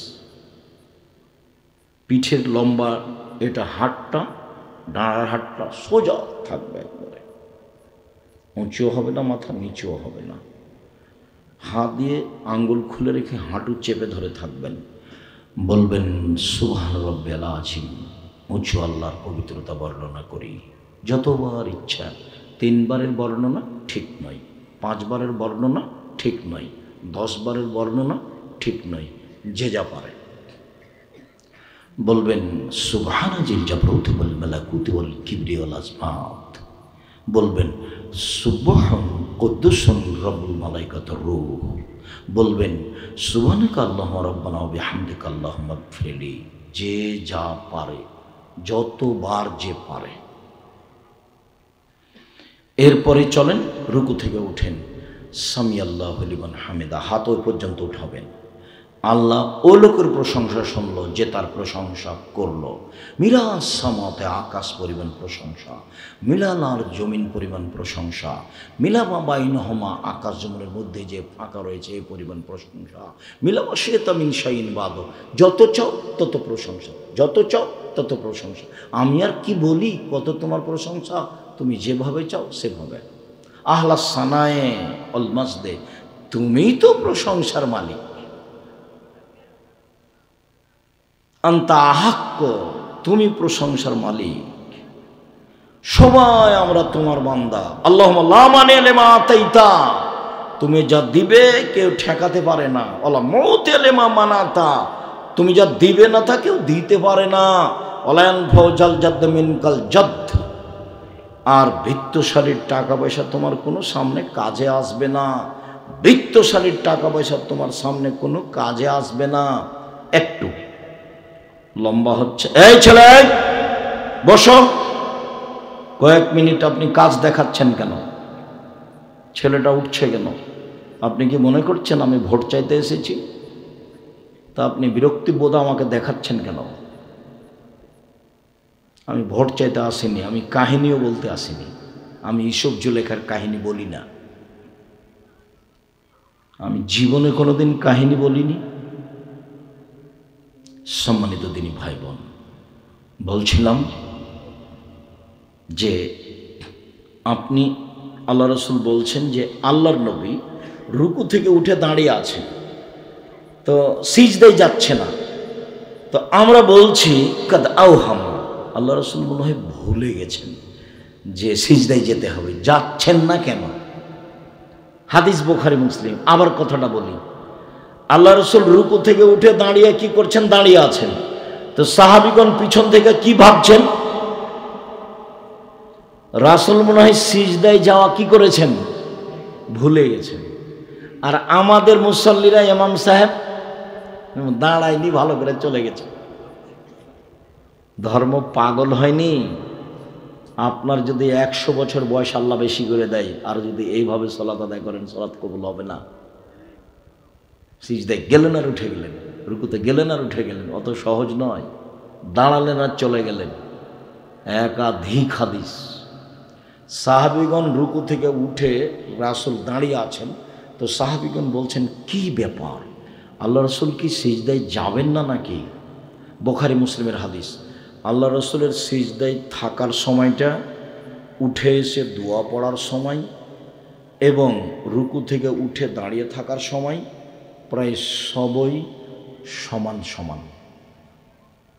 আবার বলি, সিজদাতে গিয়ে থাকার সময়, সিজদা থেকে উঠে বসে থাকার সময়, রুকু থেকে উঠে দাঁড়িয়ে থাকার সময় প্রায় সবটুকুই সমান সমান। শুনুন, এবার সিজদায় চলেন। সিজদায় যাওয়ার পূর্বে আপনার সাথে জরুরি কয়েকটি কথা। রাসূল সাল্লাল্লাহু আলাইহি ওয়াসাল্লাম বলছেন আমাকে 7 হাড়ের উপরে সিজদা করতে বলা হয়েছে, এটা আদেশ। নাক কপাল 1, 2 হাত 3, 2 হাঁটু 5, 2 পায়ের বৃদ্ধাঙ্গুল 7, এ হলো 7। সিজদার সময় পা উঠাতে পাবেন না, গাও হাত চুলকাতে পাবেন না। যদি চুলকাতে হয় তাহলে সিজদা থেকে উঠে এসে চুলকাবেন। যদি হাত একটা উঠান চুলকানোর জন্য, তাহলে এখন আছে কয়টা? 6টা। এটা হবে না। আর মাথার চুল জড়াতে পাবেন না। মহিলারা এখন খোপা বাঁধতে পাবে না। সলাতের সময় খোপা খুলে দিতে হবে। সব কিছু সিজদায় যাবে, চুল, কাপড় চোপড়। এই জন্য কাপড় জড়ানো, জামা হাত নিষেধ। জামার হাত খুলে দিতে হবে। পায়জামা প্যান্ট উপরে জমাতে হবে, নিচে নয়। নিচে জমানো হারাম। প্রয়োজন হলে কোথায় জমাবে? উপরে। 3 শ্রেণীর মানুষের সাথে আল্লাহ কথা বলবেন না। তার মধ্যে 1 শ্রেণীর মানুষ যারা পায়জামা প্যান্ট লুঙ্গি টাকনোর নিচে পড়ে। তার 1 শ্রেণীর মানুষ যারা বেশি বয়সে জেনা করে। তার 1 শ্রেণীর মানুষ যারা মিথ্যা কথায় দায়িত্ব পালন করে। হেড মাওলানা, headmaster, principal, vice chancellor, jail super, chairman, member, MP, মন্ত্রী, ডিসি, এডিসি, এদের সাথে আল্লাহ বিচারের মাঠে কথা বলবেন না, যারা মিথ্যা কথায় দায়িত্ব পালন করে। শুনুন, এবার চলেন সিজদাতে বলি সুবহান রাব্বিয়াল আলা যতবার ইচ্ছে। সিজদা থেকে উঠে আসি, আল্লাহুম্মা গফিরলি ওয়ারহামনি ওয়াহদিনি ওয়াফিনি ওয়ারজুকনি। হে আল্লাহ, আমাকে ক্ষমা করো, আমার প্রতি দয়া করো, আমাকে খেতে দাও। আবার সিজদায় উঠে আসেন। এ হলো 1 রাকাত। আর 1 রাকাত, এ হলো 2 রাকাত। এটা আত্তাহিয়াতের বৈঠক। বাম হাতের আঙ্গুল জমা জমা থাকবে হাঁটুর উপরে। ডান হাতের আঙ্গুল 3টে, 2টা জমা থাকবে। তৃতীয় আঙ্গুলের নখের উপরে বৃদ্ধা আঙ্গুলের পেটটা রাখতে হবে। রাখেন তো দেখি। এবার অবিরাম নড়বে। এই ছেলে, কথা বলছে কে এখানে? তোমরা পাহারা দাও শক্তভাবে। আপনারা যারা কথা বলছেন, আপনাদের ইতস্তবোধ হয় না কেন? কথা বলেন, দূরে গিয়ে বলেন, এখানে কেন? আপনার তো একটা ইতস্তবোধ থাকা দরকার। আমি তো শুনতে পাই। আপনাকে তো আমি হিসাবে নিয়ে আসিনি। আপনাকে, আপনার বাপ মাকে আমি হিসাবে রাখিনি, আপনি তো বহু দূরের কথা। সম্মানিত দিনী ভাই বোন, শুনুন, বাম পায়ের পাতার উপরে বসে থাকবেন। ডান পা খাড় করে রাখতে হবে, আঙ্গুলটা কেবলামুখী থাকবে। বুঝা গেল কি? বাম পায়ের পাতার উপরে থাকতে হবে আর ডান পা খাড়ো করে রাখতে হবে। এবার সালামের বৈঠক। বাম পা ডান দিক দিয়ে বের করে দিতে হবে আর নিতম্বম পিছনটা মাটির উপরে রেখে দিতে হবে। সালামের বৈঠক 1 রাকাতে আছে, তা হলো বিতর। সালামের বৈঠক 2 রাকাতে আছে, তা হলো ফজর। সালামের বৈঠক 3 রাকাতে আছে, তা হলো মাগরিব। সালামের বৈঠক 4 রাকাতে আছে, তা হলো জোহর, আসর, এশা। যেখানে সালামের বৈঠক সেখানে বাম পা কী করে দিবেন? ডান দিক দিয়ে বের করে দিবেন। পিছনটা কোথায় রাখবেন? মাটির উপরে। আমরা যে শুনেছি, আমার দিনী বোনেরা যখন সিজদা দিবে, চাঁপাইনবাবগঞ্জে বলছে, বুবু যখন সিজদায় যাবা বুবু, তখন এমনভাবে মাটিতে পড়ে যাবা বুবু, হাতি যেমন মাটিতে পড়ে যায় তেমন একবার মাটিতে পড়ে গিয়ে সিজদা করিও বুবু। বুককে উরুর সাথে লাগিয়ে চেপে চুপে, একেবারে চেপে সিজদা করিও বুবু, নইলে স্তন ঝুলন্ত থাকবে বুবু, পর্দার ব্যাঘাত ঘটবে। বুবুর সব কথাই নাকি বুখারীতে আছে। চাঁপাইনবাবগঞ্জ জেলার মহিলা বৈঠকের কথা। বুবু নামাজে যখন দাঁড়াবা বুবু, তখন 2 পায়ের গোড়ালিকে জমা করে নিও। কেন? 2 পায়ের গোড়ালি যদি ফাঁকা রাখো বুবু, তাহলে লজ্জা স্থানের যোগাযোগ বুবু মাটির সাথে হবে, মাটি অভিশাপ করবে। বুবুর সব কথাই নাকি বুখারীতে আছে। মিথ্যা কথা। মহিলা পুরুষ দাঁড়াবে, তার শরীরের ভারসাম্য বজায় রেখে 2 পায়ের মাঝে যতটুকু ফাঁকা লাগবে। মহিলাকে ল্যাঙ্গট পড়তে হবে, ভুল কথা। জিন্দিগিতে এইসব কথা প্রমাণ করা যাবে না। যা 2-1টা হাদিস আছে সেগুলো জাল বানানো। পুরুষ যেভাবে সালাত আদায় করবে, মহিলাকেও সেভাবে সালাত আদায় করতে হবে, বাধ্য। চাঁপাইনবাবগঞ্জের ভাষা তো, ও তো পড়বার বাপকে পড়তে হবে।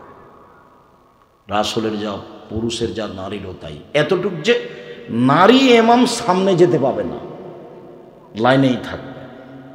নারী ইমামের ভুল হলে এভাবে সতর্ক করবে, আর পুরুষ ইমামের ভুল হলে সুবহানাল্লাহ।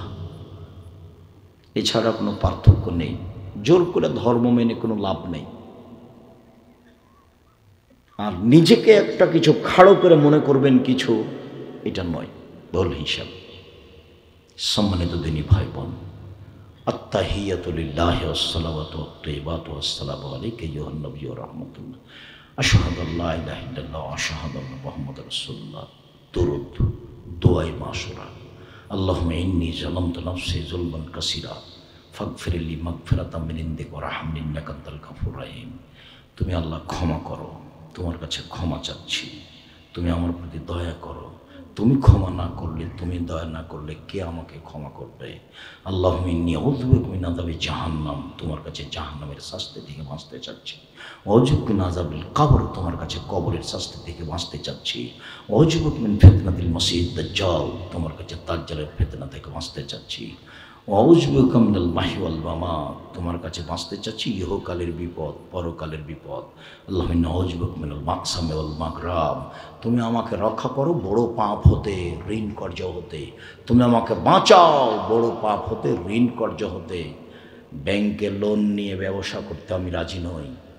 আপনার জানাজাই হবে না, ইমাম সাহেব জানাজা পড়িয়ে দিয়েছে, তার আপনার দাপটে আপনি আমাকে দিয়ে ইমামতি করান দেখি।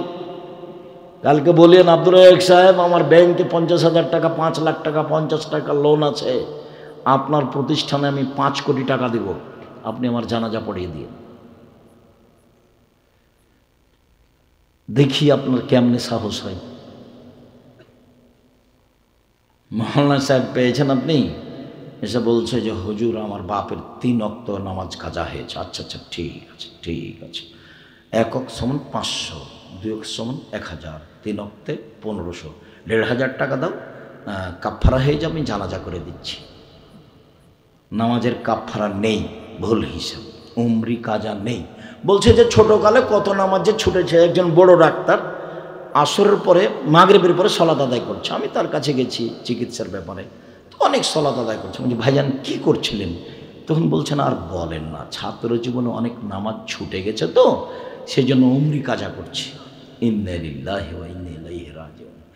কয় রাকাত ছুটেছে, কয় রাকাত পড়বেন? কয়েক তো ছুটেছে, কয়েক তো পড়বেন।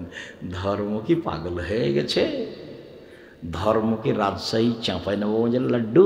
दोनों हाथ में चाहे उसको खा ले, चाहे उसको छोड़ दे, दोनों हाथ में लड्डू है। ভুল হিসাব, অসম্ভব। সন্ধ্যের নাম ইসলাম নয়, সন্ধ্যের নাম ইসলাম নয়।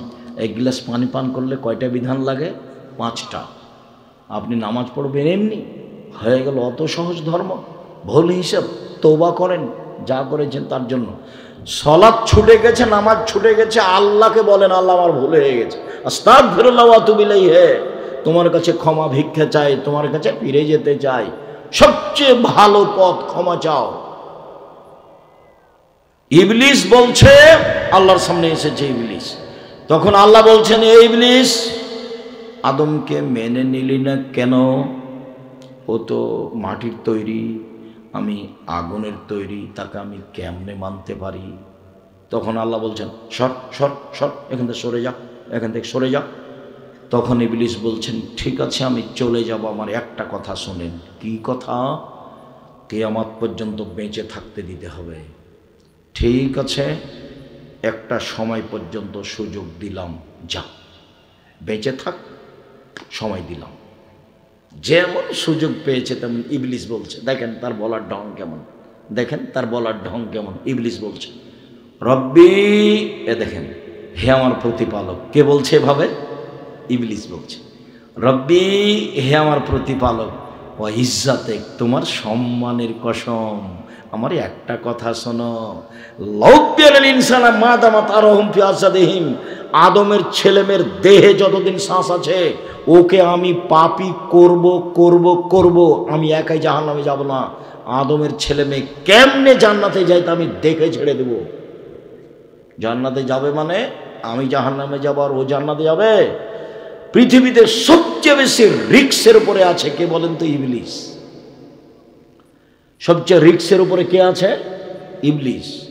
তার মাথায় জিম্মেদারি আছে আপনাকে আর আমাকে জাহান্নামে নিয়ে যাওয়া। ওই কথা কার সামনে বলছে? আল্লাহর সামনে বলছে। তাই আল্লাহ কোরআন মাজিদে বহু জায়গাতে বলেছেন ও হলো খোলাখলি শত্রু, স্পষ্ট শত্রু, ও গোপন শত্রু নয়। আল্লাহ এভাবে বলছে। পৃথিবীর মানুষ শুনে রেখো, ইবলিস হচ্ছে তোমাদের খোলাখলি স্পষ্ট শত্রু, গোপন নয়। ইবলিস বলছে তোমার সম্মানের কসম, আদমের ছেলেমেয়ের দেহে যতদিন শ্বাস আছে আমি ওকে পাপ করিয়ে ছাড়বো। তোমাকে তো বোকা বানাই। কেন? তুমি বুঝতে পারো না? তুমি ল্যাংটা মেয়ে দেখতে দেখতে দেখতে 3 ঘন্টার পরে মোবাইলটা বন্ধ করে রেখেছো, 1 মিনিটও পার হয়নি আবার মোবাইলটা চালু করবে। ওইদিকে যার সাথে কথা বলো সেও, ও মেয়ে মানুষ, ওই উলঙ্গ ছবি দেখার জন্য ব্যস্ত। এরই নাম শয়তান, এরই নাম শয়তান। তোমাকে হারাম উপার্জন করতে বাধ্য করে, তার নাম শয়তান। তোমাকে মাথায় টুপিতে দোকানে বসে থাকতে বাধ্য করে, তুমি তখন দোকানে বসে আছো, ল্যাংটা মেয়ে নাচছে, 5-7 জন বসে আছে, কে ভোট কাকে দিলে না বদনাম করছে, মানে জাহান্নামে চলে গেছে। ঢোকেনি কেন? মরেনি এজন্য। এসব তাহাজ্জুদ দিয়ে কোনো লাভ নেই। 4টা জীবনে জরুরি জরুরি 4টা: 1 5 ওয়াক্ত সালাত, 2 হালাল রুজি, 3 কোরআন তেলাওয়াত, 4 আড্ডা পিটা চিরদিনের জন্য হারাম। আড্ডা পিটা 2 ধরনের: 1 দোকানে বসে গল্প করা, মাথায় টুপি দিয়ে আড্ডা পিটা, মানুষের বদনাম করা, এই আড্ডা পিটা চিরদিনের জন্য হারাম। আর একটা ঘন্টার ঘন্টা বড় মোবাইল চালু করে ল্যাংটা ছবি দেখা, জেনা দেখা, এইগুলো হচ্ছে আড্ডা পিটা চিরদিনের জন্য হারাম। মোবাইল যারা তৈরি করেছে তারা আপনার আশীর্বাদের জন্য করেনি, তারা করেছে অভিশাপের জন্য। তোমার বউ তোমার ছেলের হাতে দিয়েছে কার্টুন দেখতে মোবাইল, আবার তোমার বউ নিজের হাতে একটা বড় মোবাইল রেখেছে। তোমাকে ধ্বংস করেছে ওরা, তোমার জাতিকে ধ্বংস করেছে, তোমাকে, তোমার বউকে আর তোমার ছেলে মেয়েকে সবকে কবর দিয়েছে ওরা। তুমি ওদের চিনতে পারোনি, তোমার স্ত্রীও বুঝতে পারেনি। তোমার ছেলের হাতে দিয়েছে মোবাইল, ব্যস্ত আছে খুব, ছোট ছেলে কত মত্ত আছে ছবি দেখার দিকে, বুঝাতে পারিনি কথা মনে হয়। আর আপনার স্ত্রী বলছে যাকগে, ঝামেলা করে, ওর হাতে মোবাইলটা দিই, চুপ আছে। মোবাইলটা দিলে ছেলেটা কি আছে? চুপ আছে। তো ঠিকই আছে। নাউযুবিল্লাহি মিন যালিক, লা হাওলা ওয়ালা কুওয়াতা ইল্লা লা ইলাহা ইল্লা আনতা সুবহানাকা ইন্নী কুনতু মিনাজ জালিমিন। এই আপনার স্ত্রী হলো ফোহর, এই স্ত্রী হলো হস্তিনী, এই স্ত্রী দিয়ে সংসার চলবে না। আমি তালাক দিতে বলিনি, তবে তালাক দেওয়ার পরামর্শ থাকছে। এই স্ত্রী দিয়ে সংসার চলবে না।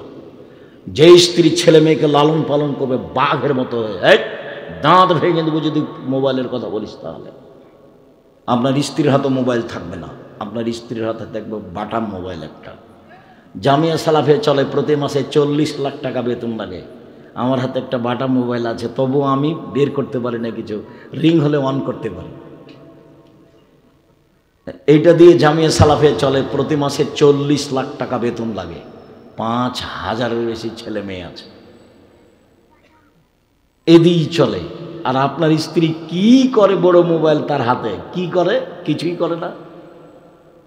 ওকে দিয়ে কি করবেন? ও বউ দিয়ে, ও বউ হলো হস্তিনী, ওই বউ হলো ফোহর, হোঁচলা। ওকে দিয়ে আপনি কি করবেন? ঠিক করেন, না পারলে তালাক দিতে হবে, এই কথাই ঠিক।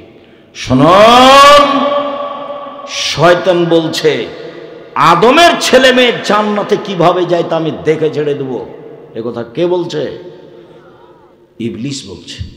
তখন আল্লাহ বলছেন, এবার আল্লাহ বলছেন ওর সামনে, ইবলিসের সামনে, ইবলিস শোন, ইজ্জতি ওয়া জালালি ওয়া ইরতিফায়ে মাকানি, আমার সম্মানের কসম, আমার মর্যাদার কসম, আমার ইজ্জতের কসম, আদমের ছেলে মেয়ে যতবার ক্ষমা চাইবে ততবার ক্ষমা করে দেব।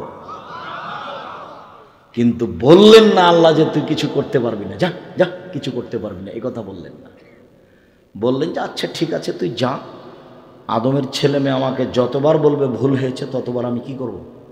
ক্ষমা করে দেবো। মা দাওতানি ওরা যাওতানি, আদমের ছেলে মেয়ে তুমি যেভাবে ডাকো আমি সেভাবে থাকি, যেভাবে আশা পোষণ করো সেভাবে পূর্ণ করে থাকি। আদমের ছেলে মেয়ে শোনো, পৃথিবীর মানুষ, তোমরা যেভাবে ডাকো আমি সেভাবে থাকি, যেভাবে আশা পোষণ করো সেভাবে আমি পূর্ণ করে থাকি। আমি পরোয়া করি না তুমি কত বড় পাপী, ক্ষমা চাইলে ক্ষমা করে দিই। আমি পরোয়া করি না তুমি কত বড় পাপী, ক্ষমা চাইলে আমি ক্ষমা করে দিই। আদমের ছেলে মেয়ে তুমি যেভাবে ডাকো আমি সেভাবে থাকি, যেভাবে আশা পোষণ করো সেভাবে আমি পূর্ণ করে থাকি। ইনি আল্লাহ আপনার বলার অপেক্ষায় আছেন। সম্মানিত দিনী ভাই বোন, আসসালামু আলাইকুম রহমতুল্লাহ, আসসালামু আলাইকুম রহমতুল্লাহ। এরপরে জিকির। আমি আপনাদেরকে রাসূলের পদ্ধতি অনুযায়ী চলার, আন্তরিকভাবে সালাত আদায় করার অনুরোধ জানিয়ে, ছেলে মেয়ে পরিবারের উপরে খুব শক্ত হওয়ার অনুরোধ জানিয়ে, যে কোনো মূল্যে।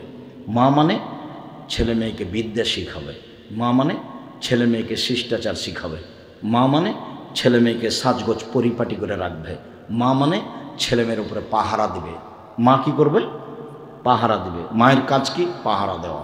সম্মানিত দিনী ভাই বোন, যাওয়ার পূর্বে আপনার সাথে জরুরি 2-3টি কথা। এই ছেলে থামো।